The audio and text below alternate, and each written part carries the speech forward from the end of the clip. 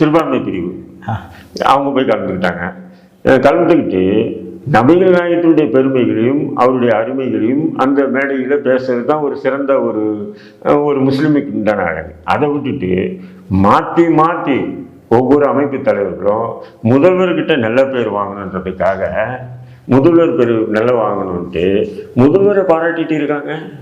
அதில் ஒரு படி மேலே போய் இந்த தமிழ் மன்சாயின்னு ஒருத்தன் கோயிலுக்கு போயிருக்கான் பாருங்க, எம்எல்ஏ சார், முன்னாள் எம்எல்ஏ. அந்த ஆள் என்னடான்னு சொன்னால் ஏழைகள் மீது நபிகள் நாயகம் பரிவு காட்டக்கூடியவர், அதே மாதிரி தான் முதல்வரும் பரிவு காட்டுறாரு.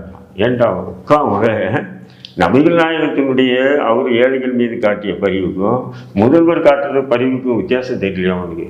இந்த அரசியல் ஓட்டுக்காக நடிக்கிறாங்க. எப்படி இருக்கு பாருங்க. அப்போ இல்லை இருந்தாலும் தமிழ் அன்சாரி பார்த்தீங்கன்னா பொய் சொல்லாதவர், விரத காலத்தில் பொய்யே சொல்ல மாட்டார். தெரியாது தமிழ் அன்சாரி வாயிலிருந்து பொய்யே வராது. யார் சொன்னா அப்படின்னு? அவரு தான் சொன்னார் சட்டமன்றத்தில். பார்த்தீங்களா, அவரே தான் சொல்லுவாரு.